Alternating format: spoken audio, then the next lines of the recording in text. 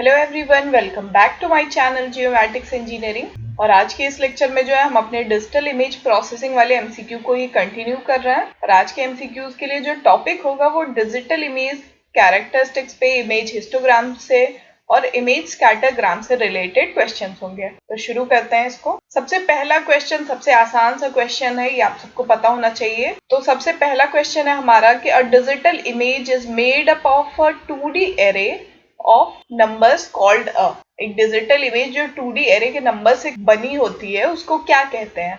यहाँ पे चार ऑप्शंस है, मैट्रिक्स, पिक्सल, वॉक्सेल या फिर बिट डेप्थ। तो इसका जो करेक्ट आंसर है मैट्रिक्स है, क्योंकि एक डिजिटल इमेज को जो है मैट्रिक्स ऑफ 2D एरे, अगर आपने डेफिनेशन पढ़ी होगी तो यही आता है, a matrix of 2D array, तो इसे मैट्रिक्स कहते हैं। इसके बाद नेक्स्ट क्वेश्चन है कि what is the term for the individual boxes in a digital image matrix. Digital image की ये जो मैट्रिक्स है, ये जो ग्रिड्स है सारे बने हुए, इसमें ये जो इंडिविजुअल बॉक्सेस क्रिएट होते हैं इनको क्या कहते हैं। तो इसके भी चार ऑप्शन है यहाँ पे, एलिमेंट्स, डॉट्स, पिक्सल, कोऑर्डिनेट। तो इसका जो करेक्ट आंसर है वो है पिक्सल्स। इन इंडिविजुअल बॉक्सेस को मैट्रिक्स के अंदर जो है पिक्सल्स कहते हैं। इसके बाद नेक्स्ट क्वेश्चन है, what does each pixel in a digital image contain. Digital image का हर एक पिक्सल जो है वो क्या बताता है। तो इसके भी चार ऑप्शन है यहाँ पे, कोऑर्डिनेट्स, कलर इंफॉर्मेशन और डिस्क्रीट ब्राइटनेस वैल्यू या फिर फाइल साइज इंफॉर्मेशन। तो इसका करेक्ट आंसर है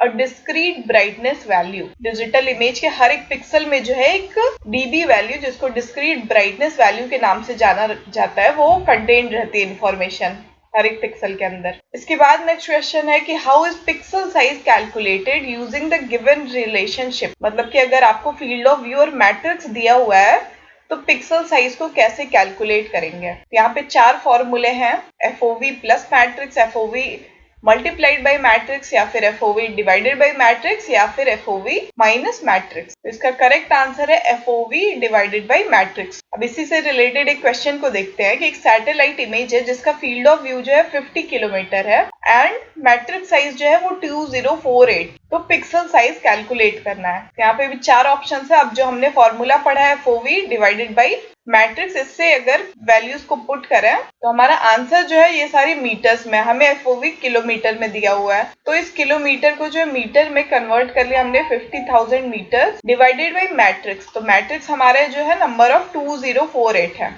आप उसको 2048 इंटू 2048 कंफ्यूज मत होइएगा, दोनों वैल्यूज नहीं लिखनी, वो एक्स और वाई दोनों डायरेक्शन की वैल्यू दी रहती है, तो आपको एक ही नंबर लिखना है। तो जब इसको आप डिवाइड कर देंगे तो आपको पिक्सल साइज जो है 24.41 मीटर्स मिल जाएगा। तो हमारा correct answer option A 24.41 metre होगा। इसके बाद नेक्स्ट क्वेश्चन है कि what term is used to refer to a volume element in a medical imaging. जब हम कोई भी डिजिटल इमेज को मेडिकल साइंस में यूज करते हैं तो वहां पे एक वॉल्यूम एलिमेंट जो है कंसिडर किया जाता है। उस वॉल्यूम एलिमेंट को किस टर्म के नाम से जाना जाता है। यहाँ पे चार ऑप्शंस हैं, pixel element, data element, voxel, signal element. तो इसका जो करेक्ट आंसर है वो है वॉक्सेल। जब भी हम वॉल्यूम की बात करते हैं डिजिटल इमेज में तो उसे वॉक्सेल टर्म से रिप्रेजेंट किया जाता है। इसके बाद नेक्स्ट क्वेश्चन है कि what does the term bit depth refer to a digital imaging. Bit depth जो है इसका क्या मतलब होता है एक डिजिटल इमेज में। यहाँ पे भी चार ऑप्शंस हैं, the physical size of a pixel, the number of pixels in an image,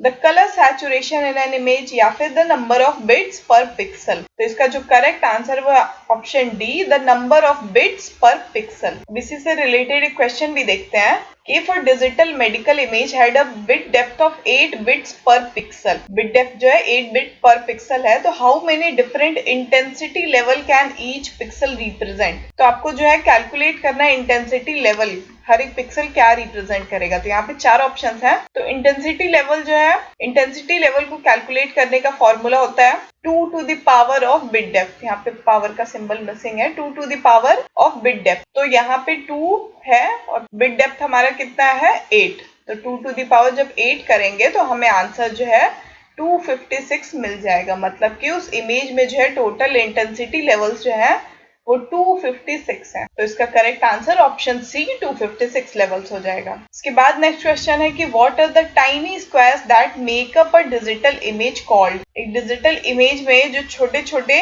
tiny squares होते हैं जो कि डिजिटल इमेज बनाते हैं उसे क्या कहते हैं। तो यहाँ पे भी 4 ऑप्शंस हैं, पिक्सल्स, ब्लॉक्स, डॉट, सेल्स। तो इसका करेक्ट आंसर पिक्सल्स है, क्योंकि बहुत सारे छोटे छोटे पिक्सल से मिलकर एक डिजिटल इमेज बनती है। इसके बाद नेक्स्ट क्वेश्चन है कि which sensor property in remote sensing allows us to differentiate between subtle variation in brightness। Brightness में जो सटल वेरिएशन आता है वो रिमोट सेंसिंग की कौन सी प्रॉपर्टी जो है हमें वो सटल वेरिएशन देखने के लिए अलाउ करती है। तो यहाँ पे 4 ऑप्शंस हैं, spatial resolution, spectral resolution, temporal resolution या फिर रेडियोमेट्रिक रिजोल्यूशन। तो इसका करेक्ट आंसर जो है रेडियोमेट्रिक रिजोल्यूशन, क्योंकि रेडियोमेट्रिक रिजोल्यूशन में जो है ब्राइटनेस के बीच में जो वेरिएशन आता है इमेज में वो आप रेडियोमेट्रिक रिजोल्यूशन की हेल्प से देख सकते हैं। उसके बाद नेक्स्ट क्वेश्चन है कि what is the main advantage of digital images over traditional photograph. Main advantage क्या है डिजिटल इमेजेस के होने का। तो यहाँ पे भी 4 ऑप्शंस है, हायर क्वालिटी होती है, लोअर कॉस्ट होता है, ease of storage and manipulation होता है एंड नो एडिटिंग कैपेबिलिटी। तो इसका जो करेक्ट आंसर है वो है C, ease of storage and manipulation. तो ट्रेडिशनल फोटोग्राफ्स को डिजिटल इमेजेस में कन्वर्ट करने का जो मेन हमारा एडवांटेज है वो यही है, स्टोरेज कम करना। क्योंकि ट्रेडिशनल फोटोग्राफ्स जो होती हैं जो एनालॉग फॉर्म में आती है वो जो है बहुत ज्यादा हाई स्टोरेज की होती है, तो उसी स्टोरेज को बचाने के लिए जो है डिजिटल फॉर्म में उसे कन्वर्ट किया जाता है। और ये जो है मेन एडवांटेज है डिजिटल इमेजेस का। जैसे कि आप अपने फोन में भी बहुत सारे फोटो स्टोर करके रख सकते हैं, तो वो सब जो है डिजिटल इमेज के एडवांटेजेस है। इसके बाद नेक्स्ट क्वेश्चन है कि what property of a digital image determines the smallest object that can be clearly distinguished. Digital image की कौन सी प्रॉपर्टी की वजह से जो है हम इमेज में सबसे स्मॉलेस्ट ऑब्जेक्ट को क्लियरली आइडेंटिफाई कर सकते हैं। यहाँ पे 4 ऑप्शंस हैं, colour depth, file format, resolution या फिर पिक्सल साइज। तो इसका करेक्ट आंसर होगा रिजोल्यूशन। इमेज की रिजोल्यूशन पे डिपेंड करता है कि उस इमेज में जो सबसे छोटा ऑब्जेक्ट को डिस्टिंग्विश किया जा सकता है। इसके बाद नेक्स्ट क्वेश्चन है कि what does the x axis of a histogram. Histogram का जो एक्स एक्सिस है वो टिपिकली क्या रिप्रेजेंट करता है in the context of a remote sensing image. यहाँ पे 4 ऑप्शन है, the different type of land cover present in the image, the geographic coordinate of each pixel in the image, या फिर the range of possible brightness value for each pixel, या फिर the altitude of each point in the image. तो इसका correct answer option C, the range of possible brightness value for each pixel. X axis जो है वो brightness value के range को represent करता है हिस्टोग्राम में। के बाद नेक्स्ट क्वेश्चन है कि which histogram shape would likely suggest a high contrast image with distinct features. यहाँ पे 4 ऑप्शंस है, चारों ऑप्शंस को पढ़ के आपको बताना है कि कौन सा हिस्टोग्राम जो एक हाई कॉन्ट्रास्ट की इमेज रिप्रेजेंट कर रहा है। तो पहला है कि flat histogram with a central hump, एक फ्लैट हिस्टोग्राम है सेंट्रल हम्प के साथ। दूसरा histogram with multiple smaller peaks scattered across the range, multiple smaller peaks हैं पूरे रेंज में।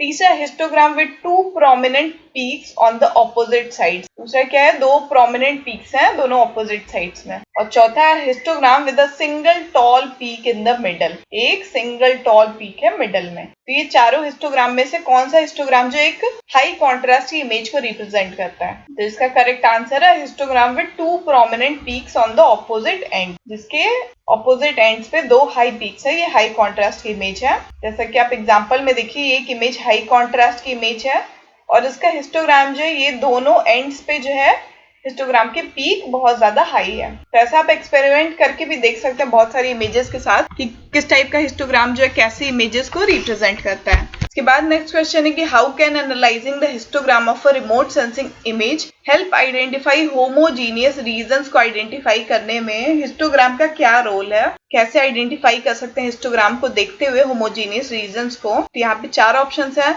Look for the regions with the most complex and intricate pixel values, या फिर identify the largest peak in the histogram and determine the corresponding brightness level. तीसरा search for areas with the widest variety of different land cover types. चौथा है locate regions with the steepest slope and rapid changes in brightness. तो इसका जो correct answer होगा वो होगा B, कि हिस्टोग्राम में से आपको आइडेंटिफाई करना होगा सबसे लार्जेस्ट पीक कौन सा हिस्टोग्राम का, क्योंकि इसी लार्जेस्ट पीक में जो है द ब्राइटनेस वैल्यूज स्टोर्ड है। तो ये एक होमोजीनियस रीजन को रिप्रेजेंट करता है। सबसे ज्यादा फ्रीक्वेंसी जो है इसी लार्जेस्ट पीक वाले ब्राइटनेस वैल्यू की होगी। इसके बाद नेक्स्ट क्वेश्चन है कि what potential drawback could come from over stretching the histogram of a remote sensing image. एक रिमोट सेंसिंग इमेज है, उसका हिस्टोग्राम है, उसको आपने ओवर स्ट्रेच कर दिया है, तो उससे जो है इमेज पे क्या इफेक्ट होगा। तो 4 ऑप्शंस है। The image will become too bright and lose details in dark areas. दूसरा, the shape and outlines of features might appear distorted. तीसरा, the overall color balance of the image will be thrown off. चौथा, the histogram itself will become too wide and difficult to interpret. तो इसका जो correct answer option B है कि shapes and outlines of features might appear distort हो जाएंगे। जो features होंगे इमेज में, उसमें जो शेप होगा वो डिस्टॉर्ट हो जाएगा हिस्टोग्राम को अगर आप स्ट्रेच कर देते हो बहुत ज्यादा। तो जैसे कि एग्जांपल में देखिए, ये एक इमेज है, ये मेडिकल साइंस से ली हुई इमेजरी है एग्जांपल के लिए। एक ट्यूमर का जो इमेज है, इसका हिस्टोग्राम है, इसको जो हमने हिस्टोग्राम को स्ट्रेच कर दिया तो आउटलाइन क्या हो गई है, इसकी डिस्टॉर्ट हो गई है। तो इसीलिए इसका करेक्ट आंसर जो ऑप्शन बी है। इसके बाद नेक्स्ट क्वेश्चन है कि how can histograms be used to extract features for machine learning algorithm in remote sensing application. Machine learning में हिस्टोग्राम का यूज करके फीचर्स को कैसे एक्सट्रैक्ट किया जा सकता है। यहाँ पे भी 4 ऑप्शंस हैं। By directly feeding the histogram data into the algorithm, या फिर by manually identifying and recording specific features from the histogram, या फिर by calculating statistical parameters like mean, median and standard deviation from the histogram, या फिर चौथा by using the histogram to visually access the overall image texture। तो इसका correct answer है सी, by calculating statistical parameters mean, median और standard deviation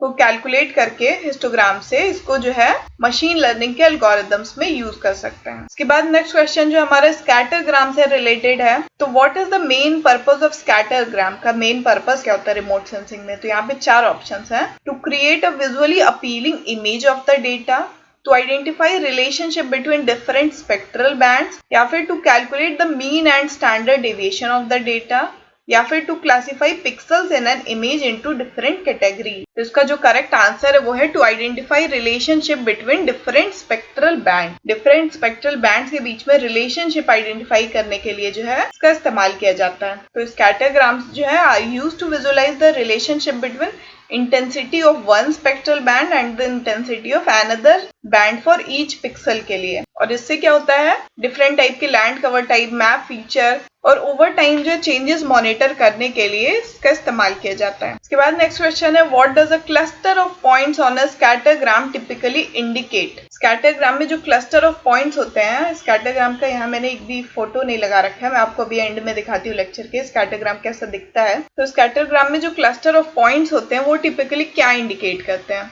यहाँ पे 4 options हैं। Single pixel in the image, a land cover type with a unique spectral signature, a random distribution of data, या फिर an error in the image processing. इसका जो correct answer है B है, और land cover type with a unique spectral signature वाले जो land cover type है उसका क्लस्टर जो है एक जगह पे शो होता है स्कैटरग्राम में। तो cluster of points on a scattergram indicate that pixel with similar spectral signatures are grouped together. This can be helpful for identifying different land cover type, vegetation, water, soil, different land cover type को identify करने के लिए स्कैटरग्राम का use किया जाता है, जैसे कि अभी मैंने लास्ट क्वेश्चन में भी बताया। इसके बाद है how can scattergrams be used to monitor changes over time. Over time जो स्कैटरग्राम की हेल्प से आप चेंजेस कैसे मॉनिटर कर सकते हो। तो यहाँ पे भी 4 ऑप्शंस हैं। By comparing scattergram of the same area taken at different time, by calculating the difference between the mean values of 2 scattergrams, या फिर by measuring the slope of the line of best fit in the scattergram, या फिर by counting the number of points in a scattergram।